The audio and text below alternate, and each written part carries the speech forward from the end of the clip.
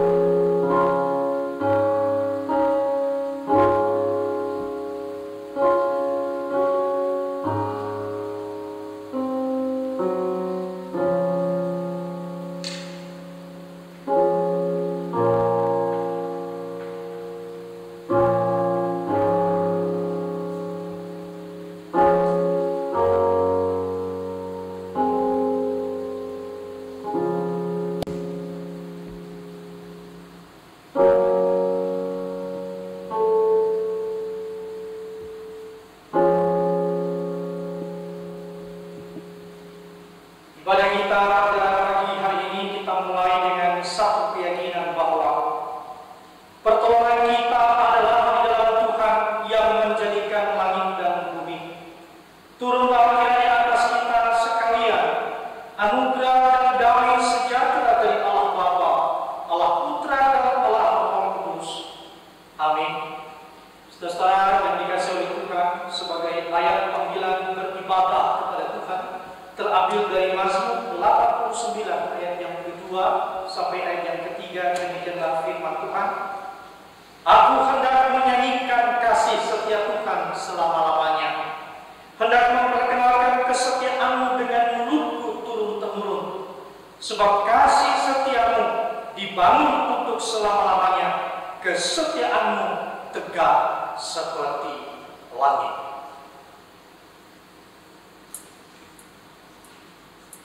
Mari kita terus memuji dan memuliakan Tuhan dengan menaikkan pujian mulia bagi Allah dari KPPK nomor 26. Oh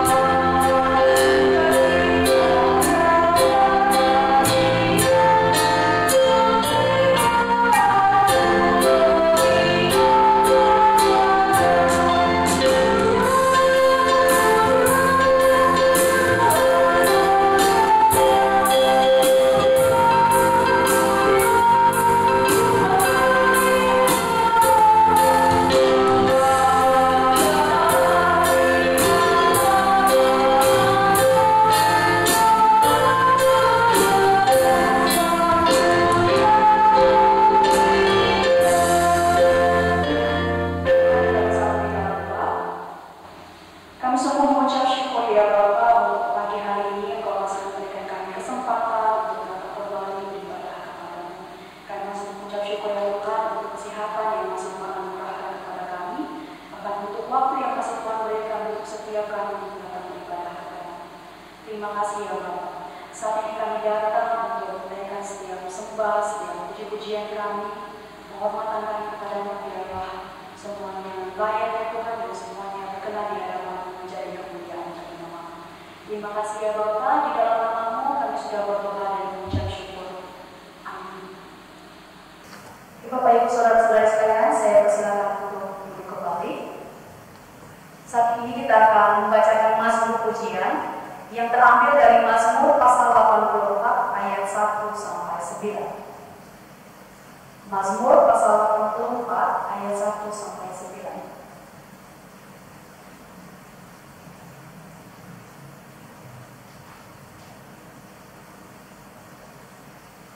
Saya akan membacakannya, Bapak Ibu silakan mengikutinya dari kita masing-masing. Mazmur pasal 84 ayat 1 sampai 9. Untuk pemimpin biduan menurut lagu Gidit, Mazmur Bani Korah. Betapa disenangi tempat kediaman-Mu ya Tuhan semesta alam. Jiwaku hancur karena merindukan pelataran-pelataran Tuhan. Hatiku dan dagingku bersorak-sorai kepada Allah yang hidup. Bahkan burung pipit telah mendapat sebuah rumah, dan burung layang-layang sebuah sarang, tempat menaruh anak-anaknya. Pada mesbah-mesbah-Mu ya Tuhan semesta alam, ya Rajaku dan Allahku. Berbahagialah orang yang diam di rumah-Mu, yang terus-menerus memuji-muji Engkau. Berbahagialah manusia yang kekuatannya di dalam Engkau, yang berhasrat mengadakan ziarah.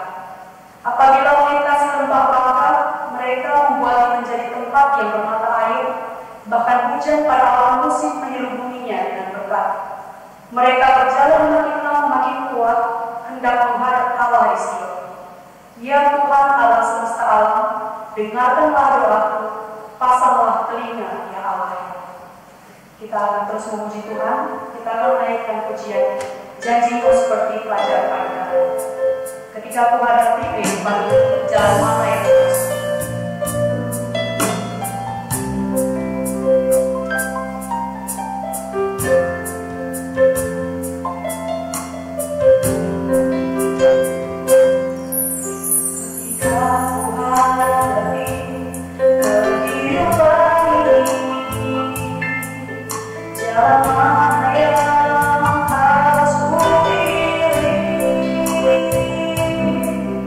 Ku tahu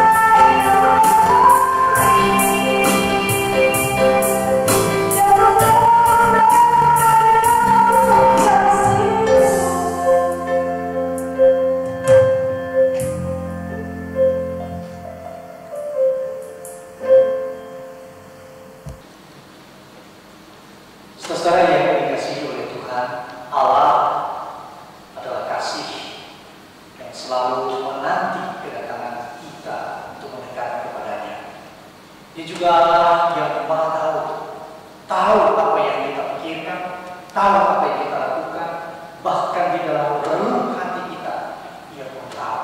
Maka saudara, mari kita datang di hadapan Tuhan, memohon belas kasihan-Nya. Kita menyadari kita ini adalah orang yang berdosa, yang seringkali gagal mengikuti kehendak Tuhan.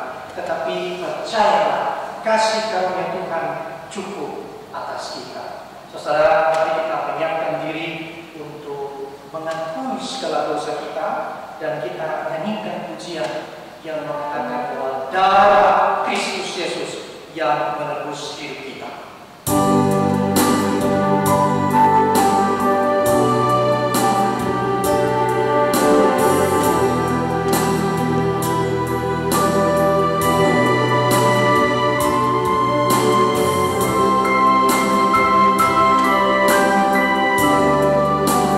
Bukan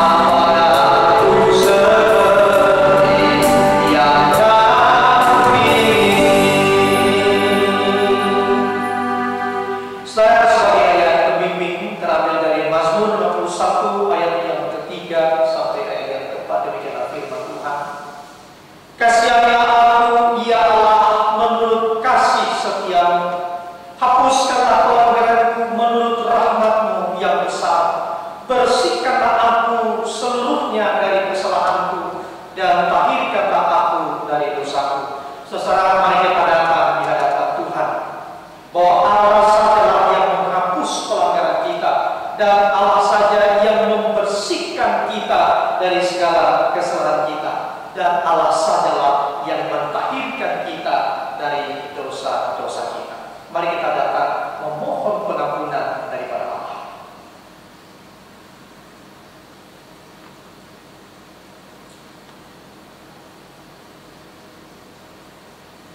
Tidak ada tempat kami berlindung selain daripada Engkau, ya Tuhan. Tidak ada perisai kami yang selalu setia melindungi dan mempertahankan kehidupan kami selain daripada Engkau, ya Tuhan. Kami menyadari sekali bahwa dosa telah merusak kehidupan kami. Dosa telah menghancurkan seluruh yang baik dalam diri kami. Dan ya Tuhan, tak ada satupun kebaikan Engkau temukan di dalam diri kami. Kami setiap hari bergumul dengan dosa. Di dalam pikiran kami, di dalam hati kami, kami menikmati. Kami tidak tahan kalau kami tidak berdosa. Kami tahu, kami menyadari ada kebenaran firman-Mu, tetapi kami mengikuti apa keinginan kami. Tuhan, bersihkan kami dan tahirkan kami dari dosa-dosa kami. Hanya Engkau sajalah yang mampu menebus dan menyelamatkan kami. Kami akui Engkau di setiap jalan kami, ya Tuhan. Di dalam Yesus Kristus kami bersyukur. Engkau telah menyediakan pengampunan, Engkau telah menyediakan sukacita, Engkau telah menyediakan berkat yang melimpah dalam kehidupan kami. Dan terima kasih untuk pengampunan itu yang kami rasakan, kami nikmati di dalam Yesus Kristus. Terima kasih Tuhan, segala puji, hormat, kemuliaan hanyalah kepada-Mu. Di dalam Yesus Kristus kami berdoa. Amin. Janji pengampunan terambil dari Efesus pasal yang kedua, ayat yang ke-8 sampai ayat yang ke-9, demikianlah firman Tuhan. Sebab karena kasih karunia kamu diselamatkan oleh iman, itu bukan hasil usahamu, tetapi pemberian Allah. Itu bukan hasil pekerjaanmu. Jangan ada orang yang memegahkan diri. Saudara, sekali lagi menegaskan kepada kita, hanya oleh kasih karunia daripada Allah kita kemudian diselamatkan dan kemudian disatukan, bahkan diadopsi, dijadikan sebagai anak Allah. Maka semestinya saudara, kita hidup untuk memuliakan Allah. Kita meletakkan seluruh kehidupan kita sebagai persembahan di hadapan Tuhan. Saudara, saya mengajak kita untuk kembali menyanyikan lagu ini, pujian ini, untuk komitmen kita bahwa kita telah mati dan meninggalkan dosa kita, dan kita hidup hanya bagi Tuhan saja.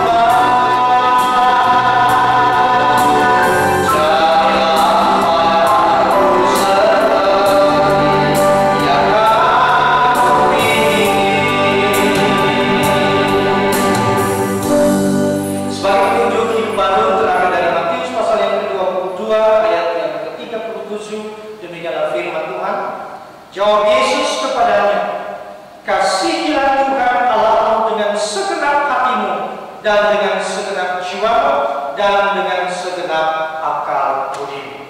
Saudara, mari kita bangkit berdiri dan kita bersama dengan seluruh gereja di sepanjang abad dan tempat mengakui satu pengakuan iman yang berkata demikian. Aku percaya pada Allah, Bapa yang Maha Kuasa, Khalik langit dan bumi, dan kepada Yesus Kristus, anaknya yang tunggal Tuhan kita, yang dikandung daripada Roh Kudus, lahir dari anak darah Maria, yang menderita sengsara di bawah pemerintah Pontius Pilatus, disalibkan, mati dan dikuburkan, turun ke dalam kerajaan maut, pada hari yang ketiga bangkit pula dari antara orang mati, naik ke surga, duduk di sebelah kanan Allah Bapa yang Maha Kuasa, dan akan datang dari sana untuk menghakimi orang yang hidup dan yang mati.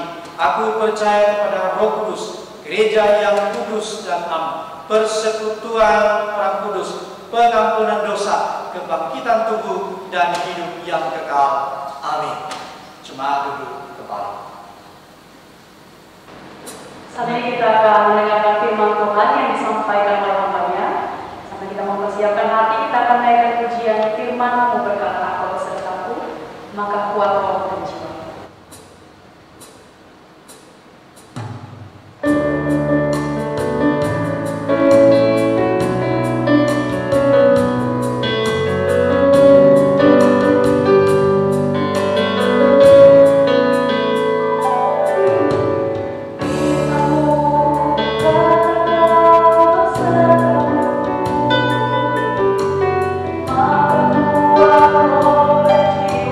Jiwamu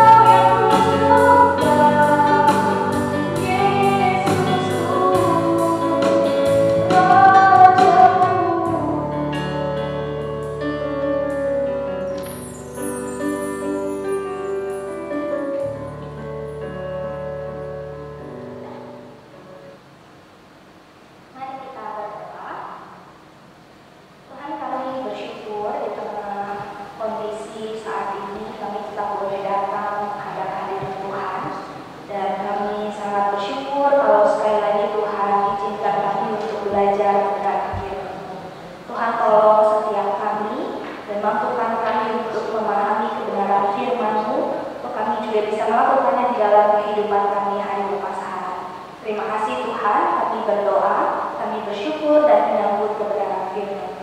Amin. Selamat pagi Bapak Ibu Saudara.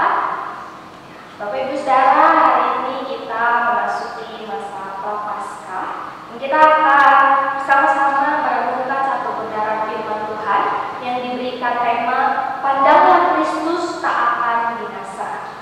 Pandanglah Kristus tak akan binasa, yang saya ambil dari Yohanes pasalnya yang ketiga, ayatnya yang ke-14 sampai yang ke-21.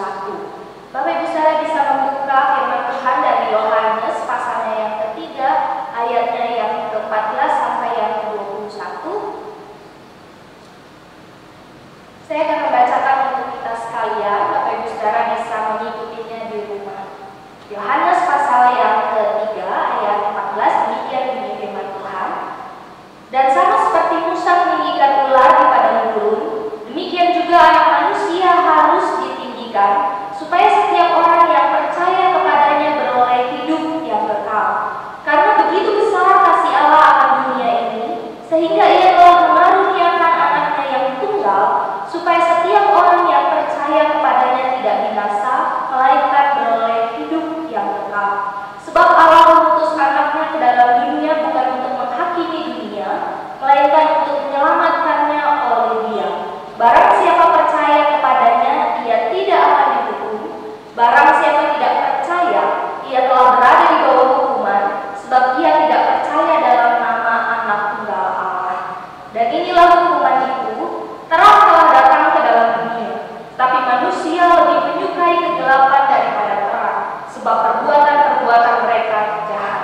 Sebab barang siapa berbuat jahat, membenci terang, dan tidak datang kepada terang itu, supaya perbuatan-perbuatannya yang jahat itu tidak nampak. Tetapi barang siapa melakukan yang benar, ia datang kepada terang, supaya menjadi nyata bahwa perbuatan-perbuatannya dilakukan dalam Allah. Bapak Ibu Saudara, beberapa waktu ini dunia kita sedang berjuang bersama-sama melawan pandemi COVID-19. Bahkan kalau hari ini, minggu ini, kita sudah memasuki minggu yang ketiga di mana kita tidak beribadah secara tatap muka, Bapak Ibu Saudara. Dan Bapak Ibu Saudara, hal ini tentu saja kita lakukan demi menekan laju penyebaran virus ini. Kita bersama-sama dengan pemerintah berjuang untuk melawan virus ini. Namun Bapak Ibu Saudara, di tengah kondisi yang terjadi, Bapak Ibu kita melihat ada banyak sekali kelangkaan-kelangkaan yang mungkin terjadi. Misalnya Bapak Ibu Saudara, harga masker sekarang meningkat, dan bukan cuma meningkat tetapi juga tidak lagi ada di apotek-apotek terdekat. Kemudian kalau kita tahu dan masih berusaha mencari, Bapak Ibu kita berusaha mencari hand sanitizer, dan di mana-mana sulit sekali untuk menemukan. Dan kalaupun kita menemukannya, harganya bisa berkali-kali lipat, Bapak Ibu Saudara, dari harga normal. Dan Bapak Ibu Saudara, tahukah apa yang terjadi? Jikalau masyarakat heboh berburu dan mencari hand sanitizer untuk membuat pakaian mereka bersih, pemerintah dan organisasi kesehatan berjuang untuk memberikan himbauan kepada masyarakat bahwa sebenarnya untuk membasmi virus ini di tangan kita adalah lebih baik kalau kita mencuci tangan dengan sabun daripada menyemprotkan atau menggunakan hand sanitizer. Dan kemudian kita berusaha untuk mencari sabun antibakteri. Namun Bapak Ibu Saudara, sekali lagi kita salah, karena yang sedang kita perjuangkan atau yang sedang kita lawan saat ini adalah virus, bukan bakteri. Kita mencari sabun antibakteri, dan sebenarnya, dan kalau boleh jujur Bapak Ibu Saudara, sabun antibakteri ini tidak selalu mampu untuk membunuh virus, karena virus secara ukuran lebih kecil, Bapak Ibu Saudara, dan secara penyebaran berbeda sekali dengan bakteri. Bakteri ada bakteri yang baik, ada bakteri yang jahat, tetapi virus selalu jahat.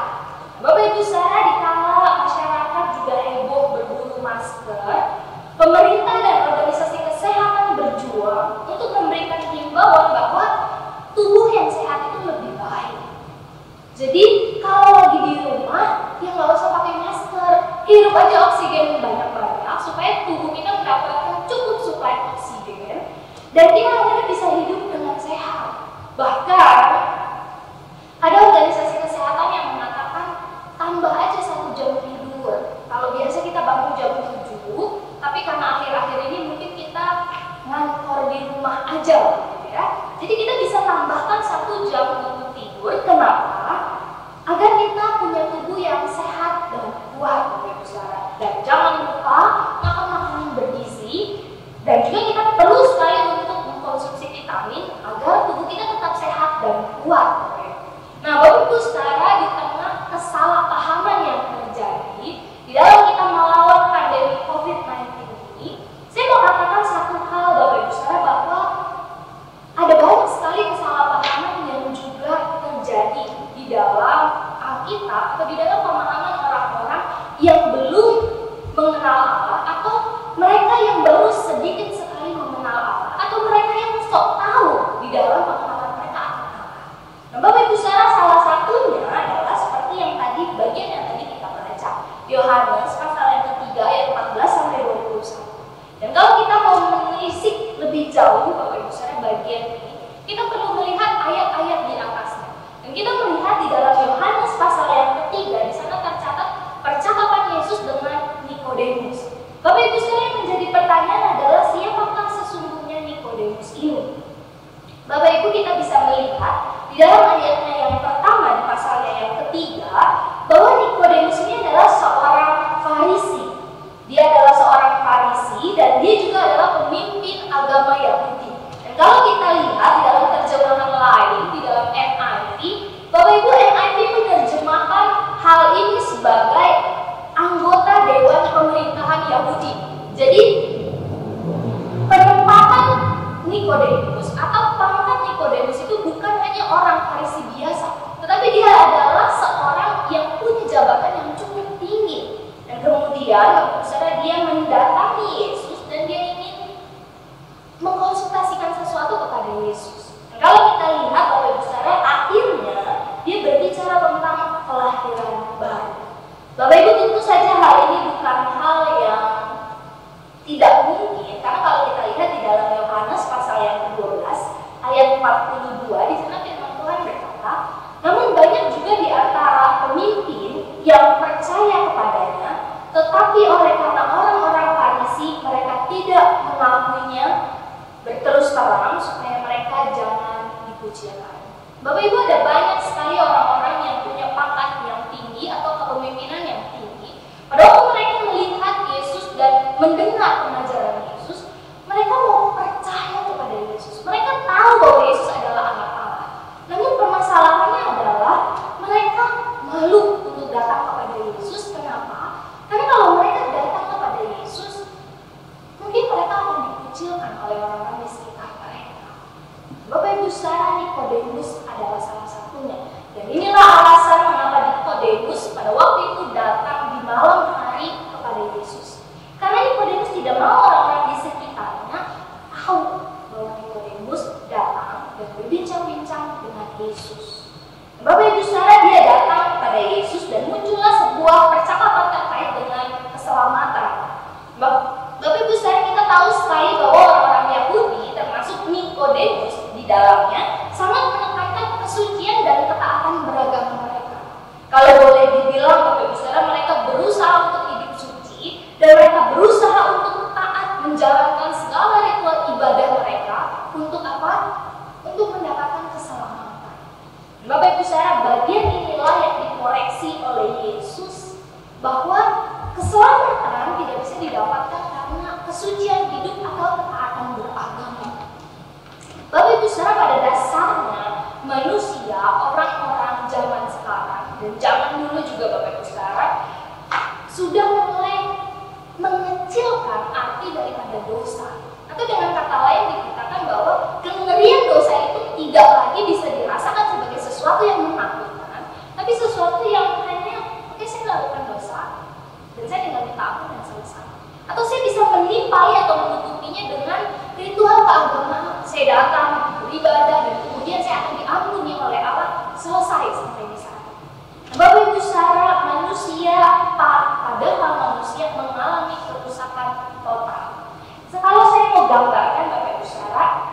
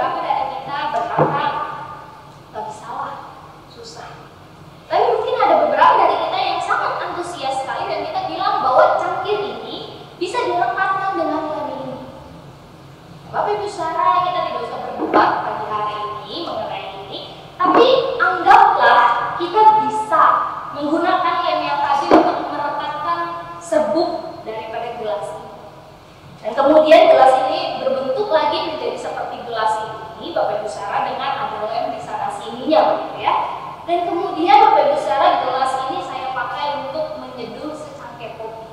Jadi saya bikin kopi, saya aduk-aduk di dalam sini dan kemudian saya sajikan kepada Bapak Ibu saudara. Kira-kira Bapak Ibu saudara mau terima, mau minum kopi dari cangkir ini atau tidak? Atau kalau Bapak Ibu saudara nggak suka kopi, saya buatkan jus yang enak sekali dan saya berikan kepada Bapak Ibu saudara. Apakah Bapak Ibu saudara mau meminumnya? Bapak Ibu saudara mungkin beberapa dari kita berkata, konyol banget sih. Itu kan tadi udah jadi serbuk, dilem pun luarnya. Kalau dimasukin air di dalamnya, serbuk-serbuk yang lain bisa saja larut di dalam minuman yang ada di dalamnya. Pada waktu kita minum, tentu serpihan daripada kaca itu akan masuk ke dalam tubuh kita. Sehingga tentu saja secara normal dan wajar kita tidak akan meminum dari cangkir yang sudah rusak. Bapak Ibu saudara, inilah gambaran orang yang sudah jatuh ke dalam dosa. Bapak Ibu saudara, gelas ini sekalipun telah dilem dan dibentuk kembali seperti semula, namun menurut saya gelas ini tidak akan bisa berfungsi seperti sedia kala. Dia tidak lagi layak untuk dijadikan tempat untuk kita menaruh minuman dan kita meminumnya dari sini. Bapak Ibu saudara, gelas ini mungkin malah akan menyakiti orang yang menggunakannya untuk minum. Namun Bapak Ibu saudara, demikianlah gambaran kita sekarang. Kita melakukan dosa dan kita sudah rusak secara total. Lalu kita berusaha untuk menggunakan ketaatan kita, kesucian hidup kita untuk membenarkan, mengembalikan bentuk daripada gelas itu. Bapak Ibu saudara, secara bentuk mungkin dia kembali seperti sedia kala. Tetapi secara fungsinya, gelas ini tidak akan pernah kembali lagi kepada fungsi awal. Bapak Ibu saudara, tidak ada cara lain untuk mengembalikan fungsi daripada gelas tadi selain kita melebur kembali serpihan kaca itu dan kita mencetaknya ulang seperti sedia kala, seperti sebagaimana dari awal gelas ini dibentuk. Bapak Ibu saudara, demikianlah kerusakan total manusia tidak mungkin dapat diselesaikan dengan aturan hukum Taurat, tidak mungkin dapat diselesaikan dengan kesucian hidup yang kita lakukan, dan tidak mungkin kita menutupinya dengan ketaatan ibadah yang kita lakukan. Bapak Ibu saudara, Efesus 2 ayat yang pertama mengatakan, kamu dahulu sudah mati karena pelanggaran-pelanggaran dan dosa-dosa. Roma 3 ayat 23 mengatakan, karena semua orang telah berdosa dan telah kehilangan kemuliaan Allah. Bapak Ibu, kata binasa di dalam bagian yang tadi kita baca, khusus di ayatnya yang ke-16, bukan hanya semata-mata mengartikan kematian saja. Tapi Bapak Ibu saudara, lebih jauh kita dapat melihat bahwa kata binasa ini dimaksudkan sebagai sebuah keterpisahan dengan Allah. Bukan hanya sehari, 2 hari, Bapak Ibu saudara, tapi keterpisahan ini adalah selamanya. Dan Bapak Ibu saudara, banyak sekali orang yang salah pada waktu mereka menerjemahkan surga dan neraka. Mereka menerjemahkan ini sebagai satu tempat. Biasanya diterjemahkannya atau diartikannya surga itu berada di atas dan kemudian neraka itu ada di bawah, Bapak Ibu saudara, dekat kepada inti bumi. Maka dari itu panas dan tempat siksaan. Tapi Bapak Ibu saudara, sebenarnya surga dan neraka itu berbicara soal satu keadaan di mana surga adalah tempat yang kita akan nikmati ketika Allah hadir bersama dengan kita. Di mana Allah berdiam, di mana Allah ada, itulah surga. Dan neraka digambarkan sebagai satu tempat di mana Allah tidak hadir di sana. Makanya beberapa bagian firman Tuhan menerjemahkan atau menggambarkan neraka sebagai sebuah tempat, atau dikatakan di sanalah terdapat rasa tangis dan kepagian. Karena tidak ada Allah di sana. Tidak ada Allah sebagai sumber pengharapan kita di dalamnya. Bapak Ibu saudara, oleh sebab itu kita sadar betul bahwa kita tidak bisa membetulkan diri kita sendiri. Kita yang sudah rusak, kita yang sudah hancur, kita yang sudah binasa. Kita perlu sekali Kristus untuk melahirkan kita. Dan inilah yang Yesus bicarakan dengan Nikodemus. Dia katakan bahwa seseorang perlu untuk dilahirkan. Dan di dalam bagian ini Nikodemus salah menangkap apa yang Yesus maksudkan. Dia katakan tidak mungkin seseorang yang sudah lahir, dewasa dan besar, kemudian dia masuk lagi ke dalam perut ibunya dan kemudian dilahirkan kembali. Bapak Ibu saudara, sedangkan yang dimaksud oleh Yesus dengan lahir baru adalah pekerjaan Allah.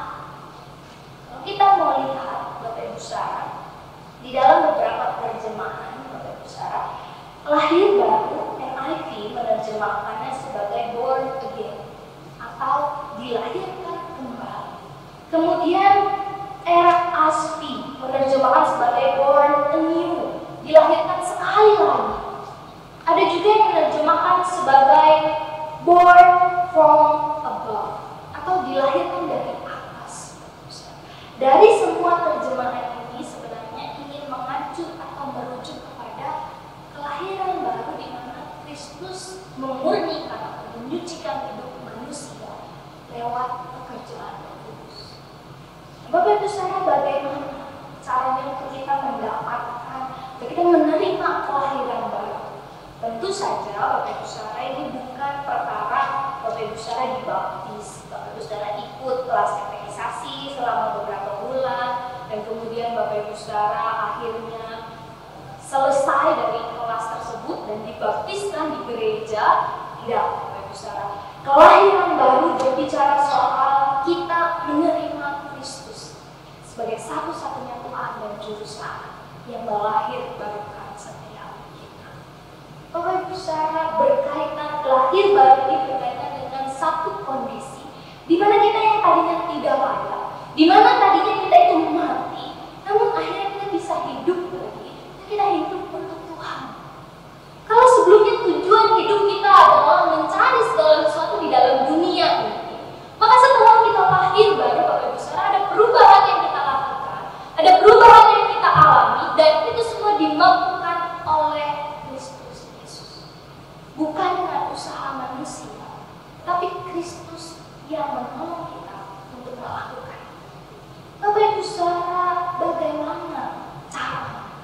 Bapak Ibu saudara, kalau kita melihat di dalam ayatnya yang ke-14, firman Tuhan mengatakan, dan sama seperti Musa meninggikan ular di padang gurun, demikian juga Anak Manusia harus ditinggikan, supaya setiap orang yang percaya kepadanya beroleh hidup yang kekal.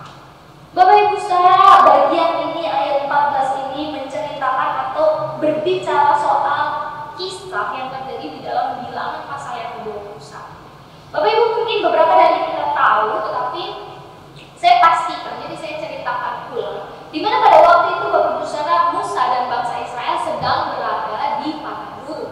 Dan pada waktu itu Bapak Ibu saudara, ada beberapa ular yang datang dan kemudian mereka memagut orang-orang Israel ini. Kenapa? Karena sebelumnya orang-orang Israel ini bisa dikatakan mereka menghina Allah. Kemudian Allah mengirimkan ular-ular ini untuk memagut mereka, dan barang siapa yang dipagut atau digigit oleh ular ini, mereka mati.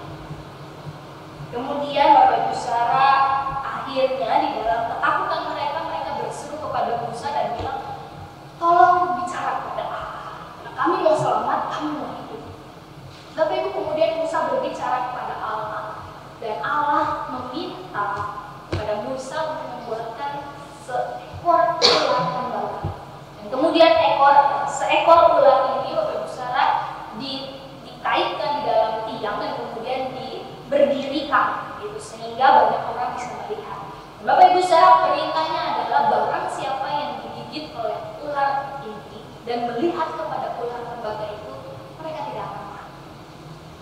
Bapak Ibu saudara, kisah ini lekat sekali dengan penyaliban Kristus, di mana Kristus harus ditinggikan agar setiap orang yang memandang kepada Kristus mereka tidak binasa.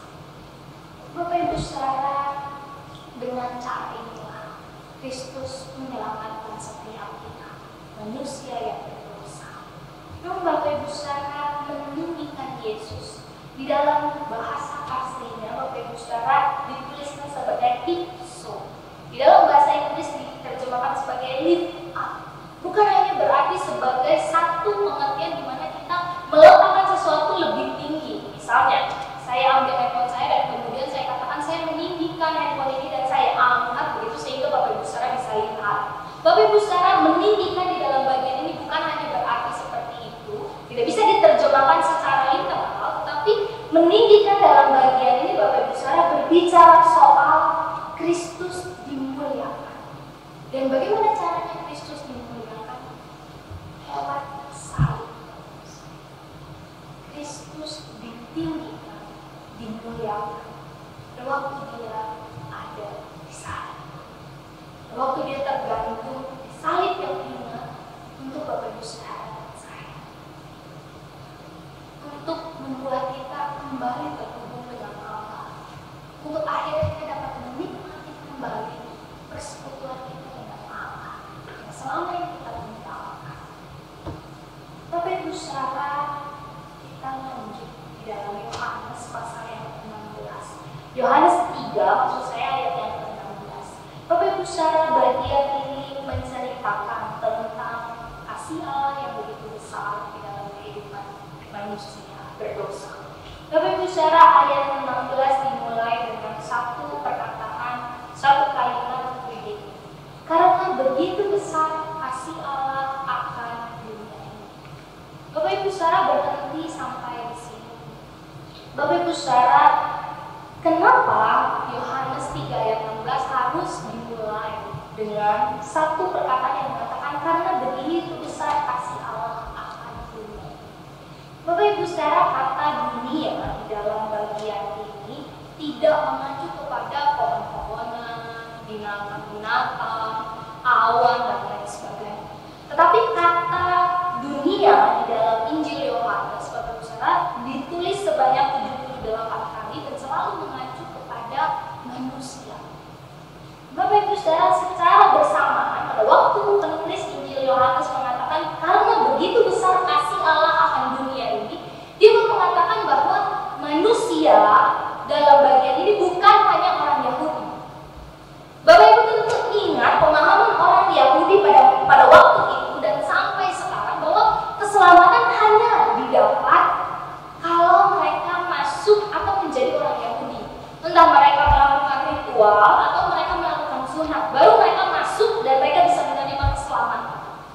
Dan penulis Injil Yohanes menuliskan bahwa karena begitu besar kasih Allah akan dunia ini. Bapak Ibu Saudara, ini berarti Yesus Allah mengasihi semua orang, baik orang Yahudi, orang non-Yahudi, saya dan Bapak Ibu Saudara sekalian. Allah mengasihi setiap kita, bukan hanya orang-orang yang taat beribadah, bukan hanya orang-orang yang rajin melayani, bukan hanya orang-orang yang mungkin secara penampilan baik, bukan hanya orang-orang yang secara ekonomi baik, tetapi kita semua. Bukan hanya orang-orang yang taat di dalam melakukan segala sesuatu ritual ibadah, tetapi pada waktu kita masih berdosa, pada waktu kita enggan untuk mencari Allah, pada waktu kita enggan untuk bertemu, berjumpa dengan Allah, bahkan pada waktu kita enggan untuk membangun relasi dengan Allah lewat doa dan pembacaan firman Tuhan, Dia mengasihi kita pada waktu yang demikian. Bapak Ibu Saudara, namun sekalipun kasih Allah tertuju kepada seluruh dunia ini, seorang pelopor atau saya boleh katakan teolog Bapak Ibu Saudara bernama Agustinus menguraikan bentuk kasih Allah dengan tepat. Dia berkata demikian, Allah mengasihi setiap kita seakan-akan hanya ada satu orang untuk dicintai. Sekali lagi saya ulangi Bapak Ibu Saudara ya. Agustinus mengatakan Allah mengasihi setiap kita, masing-masing pribadi, seakan-akan hanya ada satu orang untuk dicintai. Bapak Ibu Saudara, sedemikian besar kasih Allah buat setiap kita. Sekalipun Dia mengasihi seluruh dunia ini, tapi Dia tetap melihat pribadi lepas pribadi kita. Dia mengasihi kita seakan-akan satu-satunya. Hanya ini yang Dia miliki. Padahal Bapak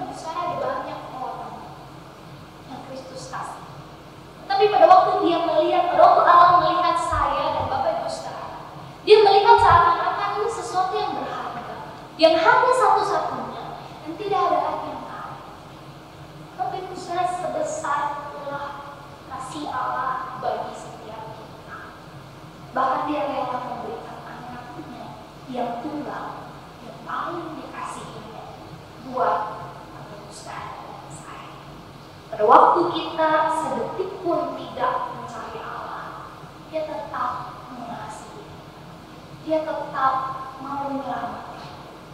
Bahkan di saat Tuhan sudah menawarkan keselamatan, Bapak Ibu cara kita untuk meresponinya pun dibantu oleh Allah. Waktu Allah meminta kita untuk memandang kepada Kristus, Bapak Ibu secara sejatinya atau sebenarnya, waktu tawaran ini diberikan pada manusia, Bapak Ibu kita tidak langsung datang kepada Kristus. Kita tidak langsung mengatakan, oke, saya perlu juru selamat. Bapak Ibu hal ini terjadi. Waktu Kristus hadir ke dalam dunia ini menolak.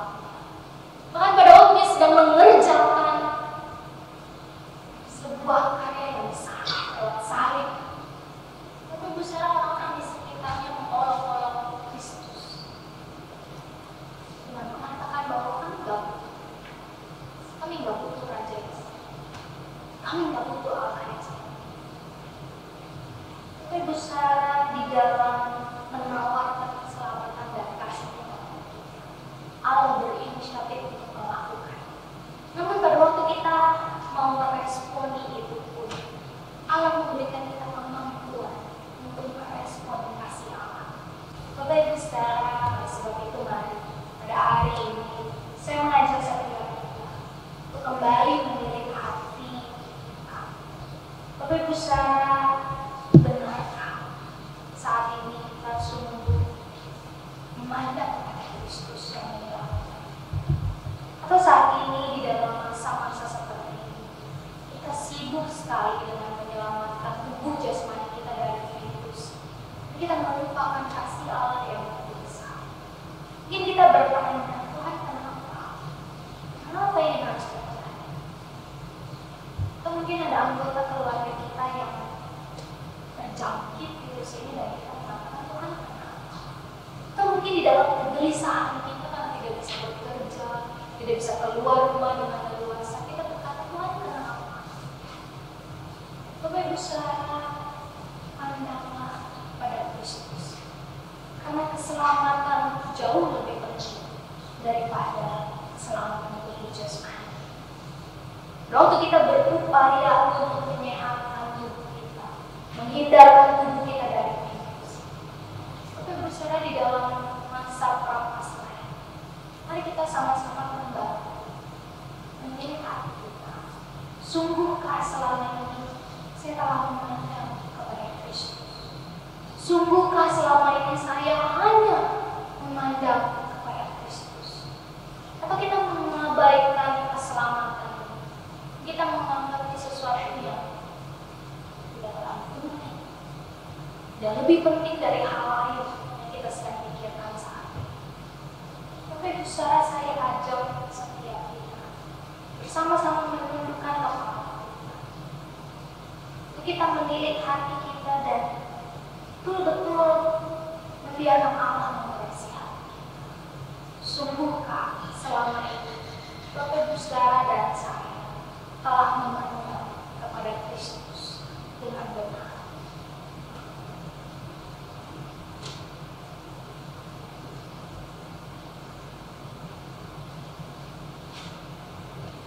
Tuhan di dalam kehidupan kami, ada banyak hal yang kami lakukan, ada banyak hal yang kami kerjakan, dan sesungguhnya kalau kami boleh jujur di hadapan, kami melakukan dan mengerjakan semuanya itu hanya untuk ritual ibadah kami. Mungkin kami yang terbiasa untuk berdoa, ketika kami tidak berdoa, kami merasa ada yang menjanggal. Waktu kami beribadah, dan kemudian kami tidak datang beribadah, kami merasa ada yang kurang. Bapak Ibu saudara, mari sama-sama mengaku pada Kristus dan mohon pengampunan.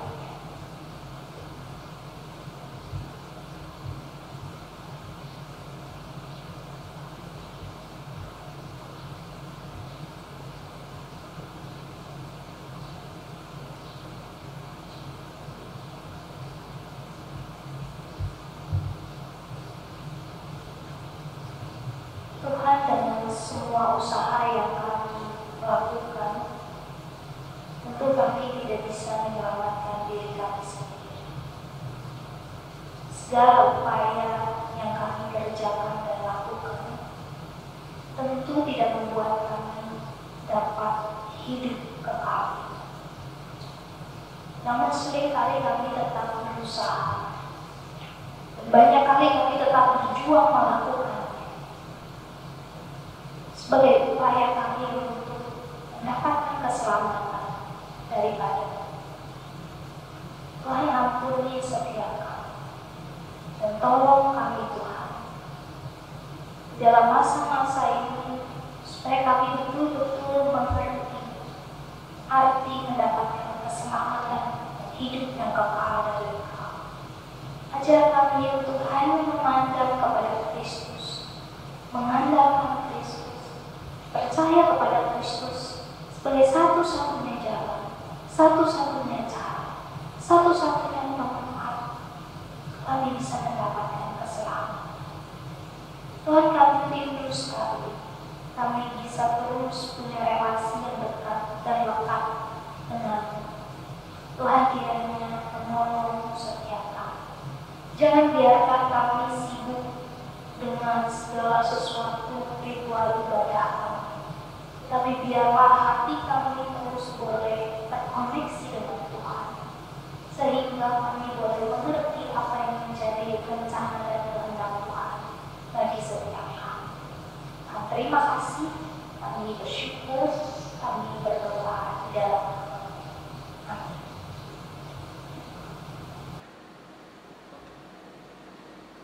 Bapak Ibu, saat ini kita akan mengumpulkan persembahan kita. Kita akan menaikkan pujian betapa hatiku berterima kasih.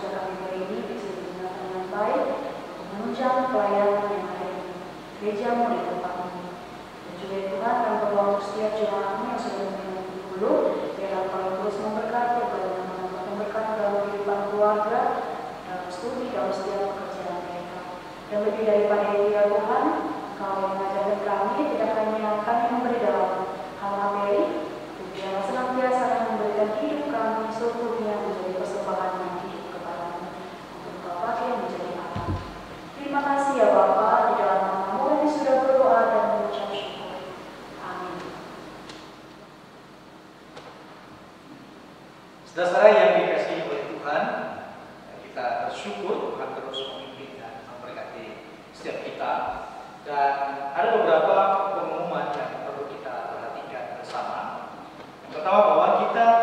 melaksanakan ibadah doa Rabu melalui streaming. Kita mengikuti GKI Puri Indah dan biasanya jam 19 jam 7 malam. Jadi mohon seluruh jemaat Tuhan untuk bisa mengikuti ibadah doa di rumah masing-masing. Dan perhatikan ada alasan, ada pengertian, dan ada konsep di sana bahwa ibadah online prinsip dan semangatnya sama dengan ibadah konvensional. Jadi mari kita menyiapkan diri, mempersiapkan segala sesuatu dengan baik adanya. Yang berikutnya saudara, bahwa tanggal 10 pada Jumat Agung kita tetap mengikuti ibadah online yang diselenggarakan oleh Sinode. Jadi kita akan mengirimkan channel YouTube-nya nanti di grup GKI Nias. Jadi mohon perhatikan bersama jam tayangnya, jam ibadahnya bisa diperhatikan. Dan juga ibadah Paskah kita akan lakukan secara online juga pada hari Minggu tanggal 12. Jadi jamnya nanti akan menyusul. Kita tetap melakukan dengan semangat, dengan hati yang tetap percaya bahwa di rumah pun Allah hadir untuk menolong setiap kita. Dan berikutnya saudara, kita akan masuk di dalam doa. Kita memohon kiranya kasih karunia Tuhan cukup untuk bangsa kita secara khusus dan juga dunia. Kiranya Tuhan menolong. Ada berbagai negara yang memang sudah mengalami masalah ini dengan serius, dan kita memohon kiranya Tuhan terus memberkati. Kita juga berdoa kiranya Tuhan berbelas kasihan menghentikan hal ini, karena cuma Dia yang mampu melakukannya, sehingga kita bisa melakukan ibadah konvensional, kita bisa beribadah tatap muka satu dengan yang lain. Saya percaya sekali saudara, setiap kita merindukan akan hal itu, karena memang di sana lebih tercipta persekutuan antara satu dengan yang lain. Kita pasti akan bersukacita pada waktu itu. Saudara, mari kita berdoa untuk hal ini. Kepadamu ya Tuhan, pencipta langit dan bumi, kami berseru dan takluk. Kami menyadari bahwa kehidupan kami ini sebagai manusia yang ringkih, manusia yang tidak mampu menyelamatkan diri sendiri, kecuali uluran tangan-Mu Tuhan menopang dan menjamin kehidupan kami. Ya Tuhan, tak henti-hentinya kami berseru, memohon pertolongan dan kemurahan-Mu bagi pergumulan dunia yang kami hadapi bersama pada saat ini. Ada begitu banyak korban jiwa karena virus ini ya Tuhan, dan menakutkan sekali. Beberapa jemaat pun mengalami ketakutan, dan kami memohon kiranya Tuhan yang menolong, Tuhan yang menguatkan setiap kami, Tuhan yang terus memimpin iman kami di dalam Yesus Kristus. Kami menyadari ya Tuhan, badai ini pasti berlalu, dan berlalunya kami bersama dengan Tuhan. Itu yang menjadi kerinduan kami ya Tuhan. Kami tidak mampu melewati badai ini tanpa penyertaan daripada-Mu. Dan sehebat apapun badai, ketika Engkau yang menyertai kami menjadi tenang, kami menjadi kuat, dan kami tetap bersukacita. Kami berdoa untuk para dokter, orang-orang yang Tuhan pilih untuk bisa menemukan vaksin yang bisa menghentikan penyebaran virus ini. Tuhan berkati, limpahkan kasih karunia-Mu sehingga bisa ditemukan, dan setiap orang bersukacita memuliakan dan meninggikan Engkau sebagai Tuhan yang menciptakan langit dan bumi. Kami berdoa untuk negara-negara yang sudah mengalami masalah ini dengan begitu hebat. Ada korban jiwa, Tuhan kuatkan keluarga, pimpin kehidupan mereka yang sedang berduka. Dan juga di Indonesia ada begitu banyak jiwa, dan kami memohon keluarga-keluarga mereka juga Tuhan di tengah-tengah duka, Tuhan memberkati, Tuhan memimpin, dan Tuhan yang menyertai. Kami berdoa kiranya pada waktu yang tepat kami bisa kembali beribadah tatap muka satu dengan yang lain, bisa bergandengan tangan satu dengan yang lain, karena memang disitulah tercipta persekutuan yang lebih akrab lagi. Mohon kasih karunia-Mu Tuhan, cukup bagi dunia. Hanya Engkau sajalah ya Tuhan yang mampu menyelamatkan dunia pada saat ini.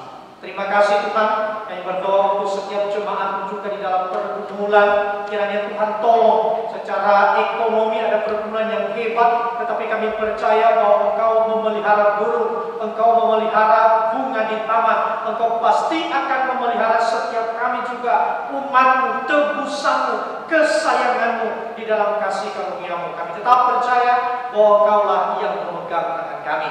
Jemaat-Mu yang mengalami sakit penyakit, kami berdoa kiranya Tuhan yang menolong dan memberkati di dalam nama Yesus Kristus. Kami juga berdoa untuk tim medis dimanapun mereka berada pada saat ini yang terus berjibaku dengan virus ini. Tuhan tolong berikan kesehatan, berikan kekuatan, berikan sukacita kepada mereka. Dan kami percaya Engkau selalu berbuat tepat pada waktunya. Terima kasih Tuhan, kami menyerahkan juga ibadah-ibadah kami ke depan. Tuhan terus menolong dan setiap jemaat-Mu memiliki gairah, semangat yang sama ketika beribadah secara konvensional. Terima kasih Tuhan, kami meletakkan dan menyerahkan menaklukkan seluruh permohonan doa ini hanya di dalam nama Yesus Kristus Tuhan dan Juru Selamat kami. Haleluya. Amin. Saudara, mari kita bangkit berdiri dan kita akan mengakhiri ibadah kita pada hari ini. Dan biarlah segala pujian, hormat, kemuliaan hanyalah kepada Tuhan kita Yesus Kristus. Doksologi. Puji Allah Bapa Putra.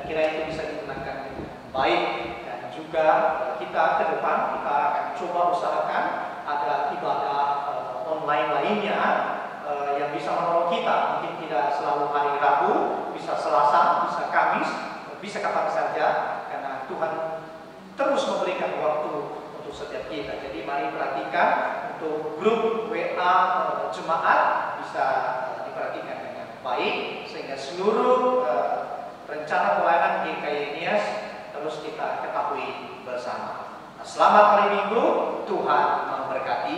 Shalom.